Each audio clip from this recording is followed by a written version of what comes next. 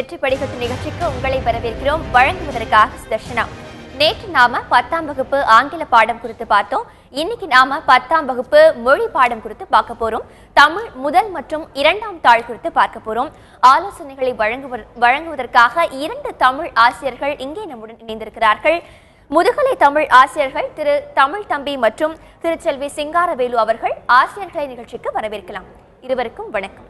தொடர்ந்து மாணவர்கள் கீழ்கண்ட தொலைபேசி எண் கால் பண்ணி உங்க டவுட்ஸை நீங்க கிளாரிஃபை பண்ணிக்கலாம். தொடர்ந்து நாம நிகழ்ச்சிக்குள்ள போய்க்கலாம். ஆசிரியர் கிட்ட ஃபர்ஸ்ட் கேட்க விரும்புறது, நாளைக்கு 10ஆம் வகுப்பு மாணவர்களுக்கு தேர்வு தொடங்க இருக்கு. நாளைக்கு மாணவர்கள் பயம் இல்லாம எப்படி தேர்வு அறைக்கு போகணும், இதுக்கு உங்களுடைய அறிவுரை? நாளை தேர்வு எழுதியிருக்கும் 10ஆம் வகுப்பு மாணவர்கள் அனைவருக்கும் அதிக மதிப்பெண் பெற எங்களுடைய வாழ்த்துக்கள். நாளை தேர்வு அவர்கள் எழுதக்கூடிய தேர்வு பொது தேர்வு என்ற காரணத்தினால்தான் சிறிது அச்சமும் பயமும் அவர்களுக்கு இருக்கும். ஆனால் ஏற்கனவே அவர்கள் பயின்ற பாடங்கள், ஆசிரியர்களுடைய பயிற்றுவிப்பு முறை அனைத்தும் அவர்களுக்கு எளிமையாகத்தான் இருக்கும். முதல் பாடப்பகுதி முதல் நாள் தேர்வு என்ற போது மாணவர்களிடையே காணப்படக்கூடிய அந்த அச்சம் தவிர்க்கப்பட வேண்டிய ஒன்று. ஏனெனில் தமிழ் பாடம் என்பது நம்முடைய தாய்மொழியை கொண்ட ஒரு கல்வி என்பது மிக எளிமையான ஒன்று தான். அனைத்தையும் படித்திருப்போம், நம்ம அறியாத ஒரு அச்சம் இருக்கும். அதுவும் சிறிது நேரத்தில் தரக்கூடிய நேரங்கள் இருக்கு இல்லையா, 10 நிமிஷம் கொடுக்குறாங்க வினாத்தாள் படிப்பதற்கு. அவங்களுக்கு தங்களை தாங்களே ரிலாக்ஸ் செய்து கொள்ளக்கூடிய நேரங்கள் அதிகம். அதனால் பயப்படக்கூடிய அந்த தருணங்கள் இப்பொழுது குறைவு. முதல் காலகட்டங்களில் இருந்ததை இப்போது அது குறைவு. எழுத வேண்டிய வினாக்களை அந்த 10 நிமிட நேரம் கொடுக்கப்படக்கூடிய அந்த நேரத்தில் கொடுக்கப்படக்கூடிய அந்த வினாக்களை தெளிவாக படிக்க வேண்டும் மாணவர்கள். அவர் செய்ய வேண்டிய மிக முக்கியமான ஒரு காரியம் என்னவென்றால் வினாக்களை தெளிவாக படிக்க வேண்டும். எந்த வினா அவர்களுக்கு நன்றாக அறிந்திருக்கின்றார்களோ அதை அவர்கள் தேர்வு செய்ய வேண்டும். இதுதான் அவர்கள் செய்யக்கூடிய மிக முக்கியமான ஒரு விஷயம். அடுத்ததாக தேர்ந்தெடுத்த அந்த வினாக்குரிய விடைகளை தெளிவாக எழுத வேண்டும்.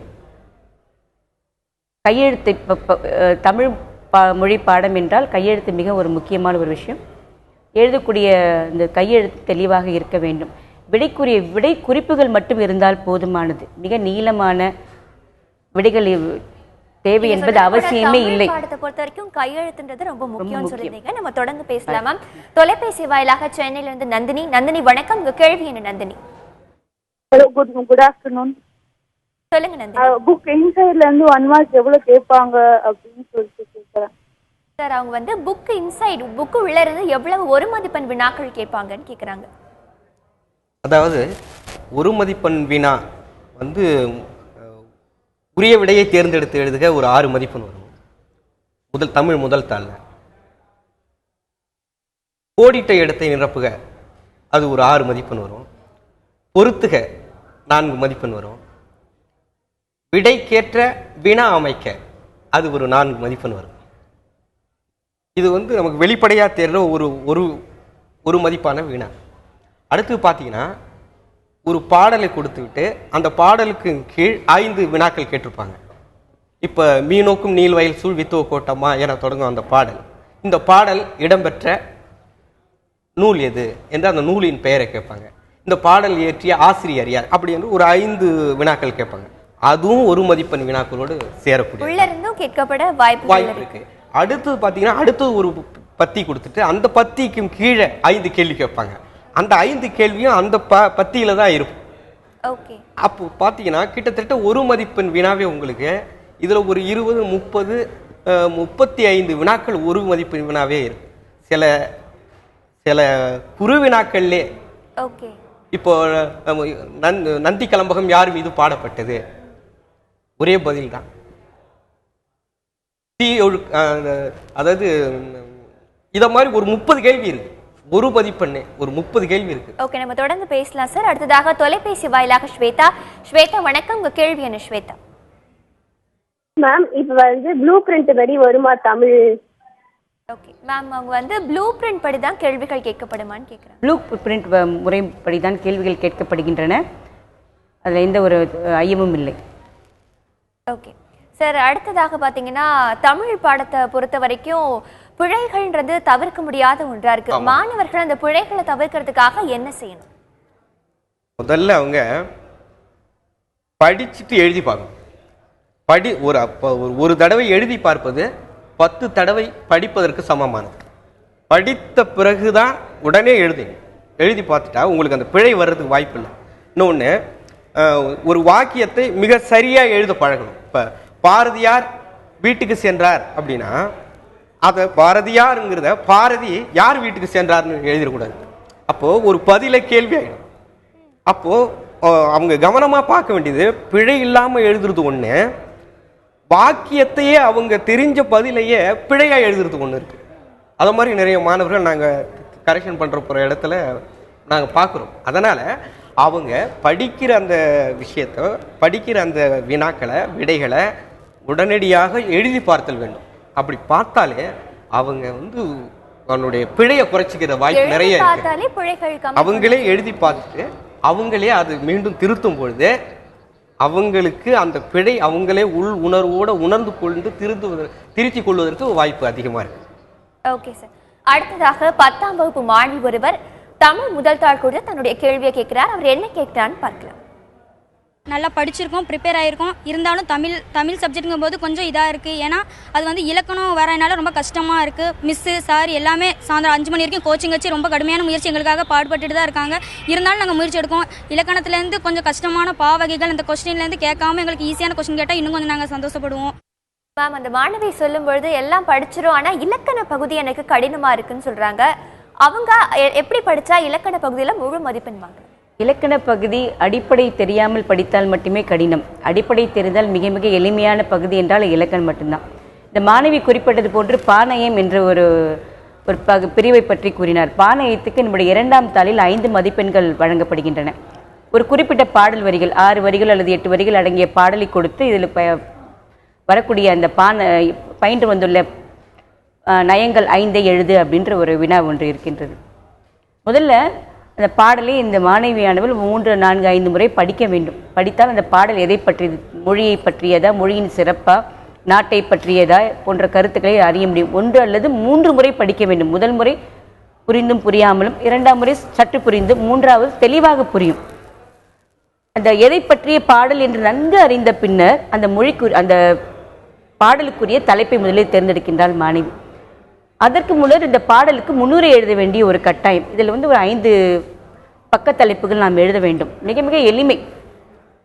இப்பொழுது 2 நாட்கள் நேரம் இருக்கக்கூடிய காரணத்தினால் நம்முடைய இந்த தந்தி டிவி வழங்கக்கூடிய இந்த நிகழ்ச்சியின் மூலமாக இதை நன்கு பயன்படுத்திக் கொள்ளலாம் மாணவர்கள். அந்த பாடலுடைய கருத்தை எழுதுவது பேர் தான் திரண்ட கருத்து. அதற்கு முன்னர் முன்னுரை எழுத வேண்டும். முன்னுரை என்றால் அந்த பாடலை எழுதிய ஆசிரியர்.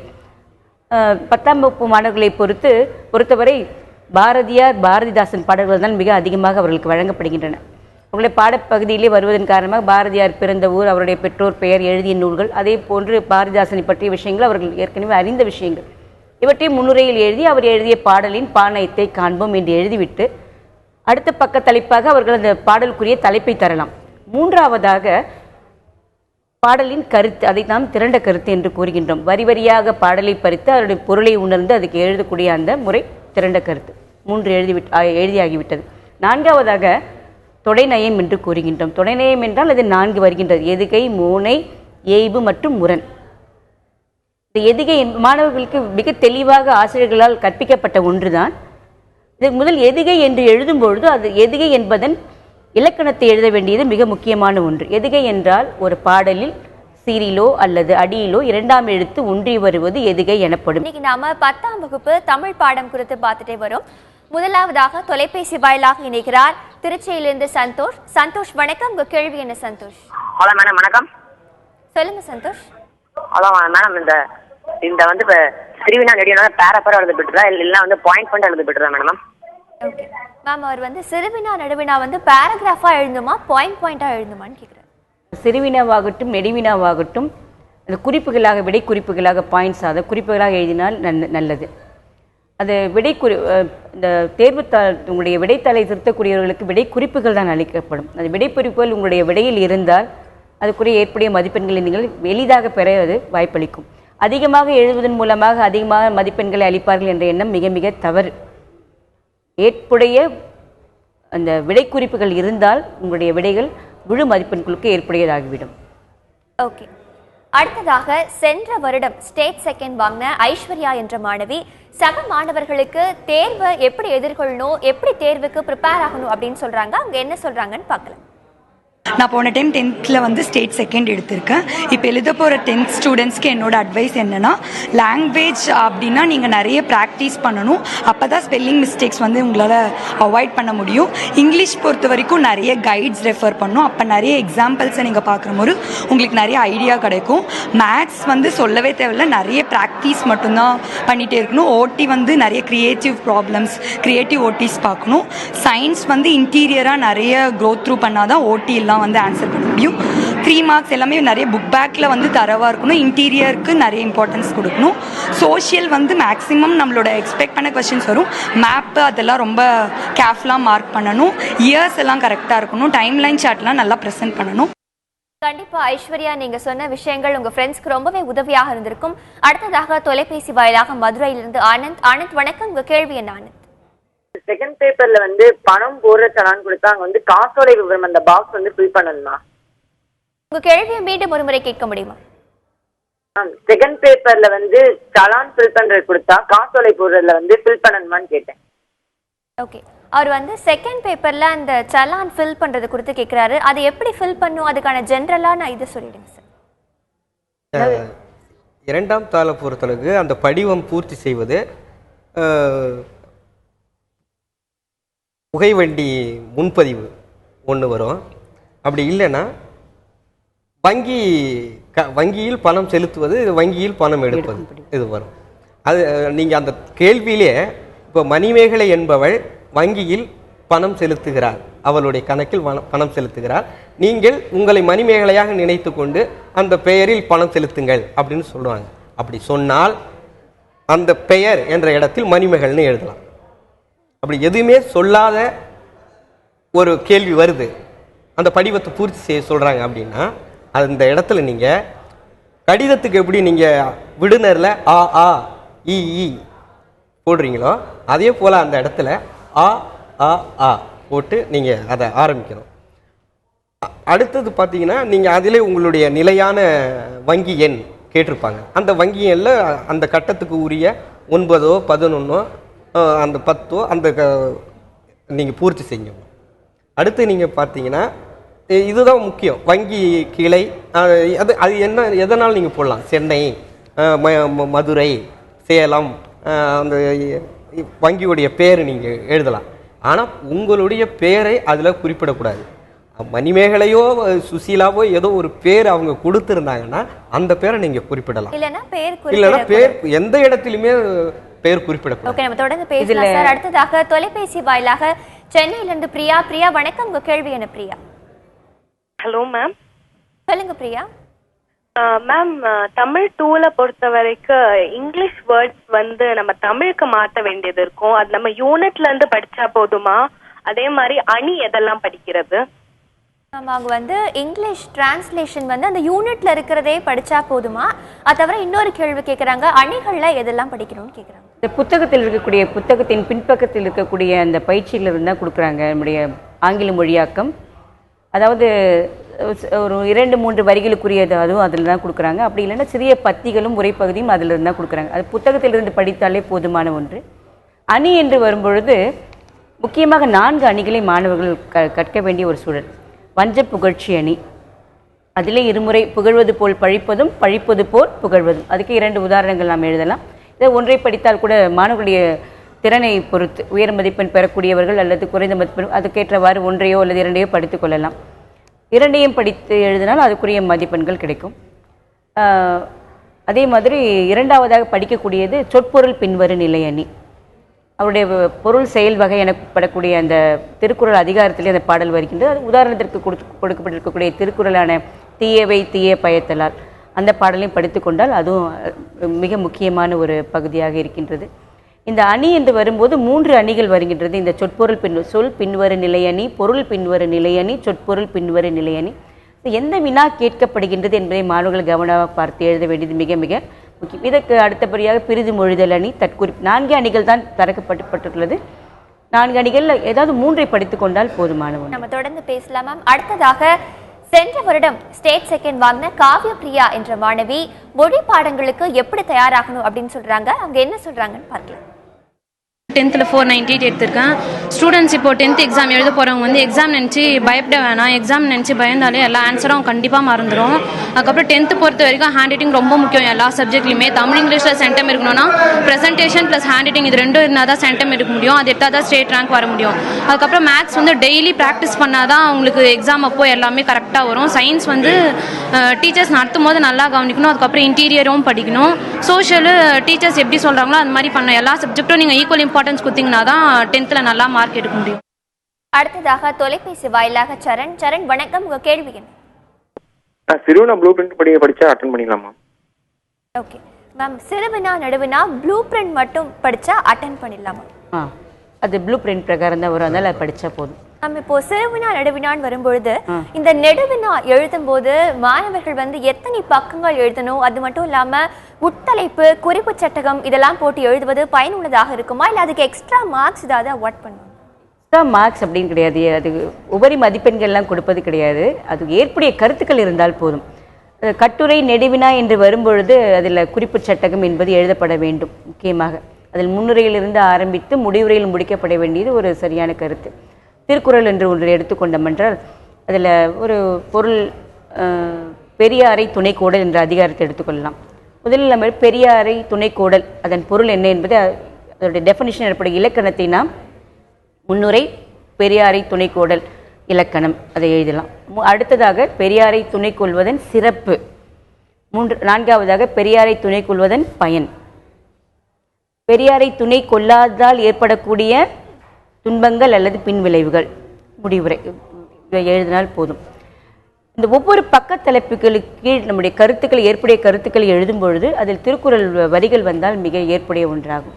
நாம் படித்த இதில் வந்து அனைத்து திருக்குறளும் மாணவர்களுக்கு தெரியலனா கூட பரவாயில்ல, அவங்களுக்கு படித்த 10 குறள் 5 குறள் நன்றாக அவர்கள் அறிந்த ஒன்று. அந்த 5 குறள்களை இந்த 6 பக்க தலைப்புகளுக்குள்ள எழுதினா மற்ற அறியாத பொருள் மட்டும் மற்ற மனப்பாடம் செய்யாத திருக்குறள் கருத்துக்களை மட்டும் மற்றவற்றில் எழுதினால் போதுமானது. நம்ம தொடர்ந்து பேசலாம். அடுத்ததாக தொலைபேசி வாயிலாக ஃபயாஸ் வணக்கம். உங்க கேள்வி என்ன? ஹலோ மேடம், இப்போ போன வருஷம்லாம் நெடுவினா ப்ளூ பிரிண்ட் மாதிரியே கேட்டு இல்ல, அதனால ப்ளூ பிரிண்ட் மாதிரி இந்த வாட்டியே வருமா சொல்லுங்க சார். அவர் வந்து சென்ற வருடம் வந்து ப்ளூ பிரிண்ட் படி கேட்கல, இந்த வருடம் ப்ளூ பிரிண்ட் படி கேள்விகள் வருமா அப்படின்னு கேட்கிறாரு. அதாவது சென்ற ஆண்டு பொதுவாக மாணவர்கள் மட்டும் இல்லை, ஆசிரியர்களே வந்து கொஞ்சம் எளிதாகத்தான் இருக்கும், வினாத்தால் கொஞ்சம் எளிதாக இருக்கும்னு நினச்ச ஆண்டு. ஏன்னா வரலாறு காணாத வெள்ளம், மாணவர்களுக்கு 1 மாதத்திற்கு மேல் விடுமுறை, பள்ளிக்கூடத்தில் பொதுமக்கள் பஞ்சம் புகுந்திருந்த நிலை இருந்ததுனால அவங்க மாணவர்கள் மனநிலை மட்டுமல்ல ஆசிரியர்களுடைய மனநிலை கூட கொஞ்சம் எளிதாக இருக்கும். அப்படி இல்லைன்னா திருத்துபவர்கள் கொஞ்சம் பார்த்து திருத்துவார்கள். ஏன்னா மாணவர்கள் 1 மாதம் பள்ளிக்கு போகல, பள்ளிக்கூடமே இயங்கலை அப்படிங்கிற சூழ்நிலை இருந்ததுனால நம்மளுடைய இயலாமையில் அதை மாதிரி நினைச்சோம். எல்லாருமே ஆசிரியர்களே நினைச்சாங்க, அதை பெற்றோர்களும் நினைச்சாங்க. அப்படி இருக்கும்போது அரசாங்கமே அன்றைய அரசே வந்து உங்களுக்கு வந்து அதுக்கான தற்காலிக ஒரு தயாரிப்பா ஒரு புத்தகம் உருவாக்கி கொடுத்தாங்க, ஒரு கைடு கொடுத்தாங்க. எதிர்பார்க்கலாம் ப்ளூ பிரிண்ட். ஆமா கொடுத்தாங்க. அதையும் தாண்டி அது எப்பொழுதும் வருவது போல வழக்கமாக தான் வந்தது. அது வந்து மாணவர் சொல்வது போல அந்த வரையறைக்கு உட்பட்டு வரலன்னு சொல்றாரு. வரையறைக்கு உட்பட்டு தான் வந்தது. ஆனா நம்மளுடைய எதிர்பார்ப்பு வேற மாதிரி இருந்ததுனால அது நமக்கு ஒரு ஏமாற்றம். நம்ம தொடர்ந்து பேசலாம் சார். அடுத்ததாக தொலைபேசி வாயிலாக விஜயலட்சுமி வணக்கம். உங்க கேள்வி என்ன? மேடம், இரட்டர் மொழிகள் அணிக்கு வந்து செம்மொழி சிலேடை அணியும் பிறமொழி சிலேடை அணியும் எழுதலாமா? உங்க கேள்வியை மறுபடியும் ஒரு முறை கேட்க முடியுமா? மேம், அவங்க அணிகள் குறித்து கேட்கிறாங்க, அதை பத்தி சொல்லுங்க. அணிகள் தான் உங்களுக்கு வந்து 5 மதிப்பெண் குறை வினா என்பதால் மாணவருடைய ஒரு அதிகப்படியான கவனம் அந்த வினாக்களில் தான் இருக்குது. இந்த அணி என்று எழுதும்போது நாம் 4 விஷயங்களை கவனித்து கொள்ள வேண்டும். அது என்ன அணி என்பதை முதலில் வரையறுக்க வேண்டும். அணி, அடுத்ததாக அணி விளக்கம், 3வது அணி சான்று, 4வதாக அணியோடு சான்று பொருந்தல். இந்த 4 பக்க தலைப்புகளின் கீழ் அவர்கள் எழுதக்கூடிய விடை வர வேண்டும். உதாரணத்துக்கு வஞ்ச புகழ்ச்சி அணி எடுத்துக்கொள்ளலாம். இதில் அணி என்றால் வஞ்ச புகழ்ச்சி அணி. அணி விளக்கம் ஒருவரை புகழ்வதை போல் பழிப்பதும் பழிப்பது போல் புகழ்வதும் வஞ்ச புகழ்ச்சி அணி ஆகும். அடுத்ததாக அணி சான்று, 3வது பக்க தலைப்பு. தேவரணையர் கயவர் அவரும் தான் மேவன செய்தொழுகலான்.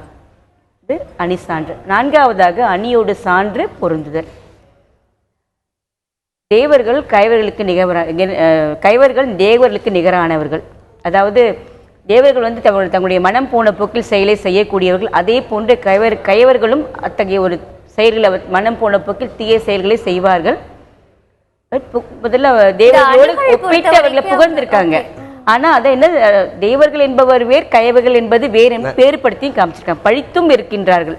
புகழ்வது போல் பழித்தல், பழிப்பது போல் புகழ் அப்படின்ற அந்த பொருளை மட்டும் அதை கீழே அந்த திருக்குறளுக்கு ஏற்புடைய பொருள் எவ்வாறு அது பொருந்துகின்றது எழுதினா அணிக்குரிய 5 மதிப்பெண்கள் ஏற்புடையதாக இருக்கும். கண்டிப்பா நீங்கள் இருவரும் கொடுத்த டிப்ஸ் மாணவர்களுக்கு ரொம்பவே உதவியாக இருந்திருக்கும். ஆசிரியர்கள் இருவருக்கும் நிகழ்ச்சியில பங்கேற்றதற்கு நன்றி. நேர்களே, இத்துடன் இன்றைய வெற்றி படிக்கட்டு நிகழ்ச்சி நிறைவடைகிறது. தொடர்ந்து இணைந்திருங்கள் தந்தி தொலைக்காட்சியில்.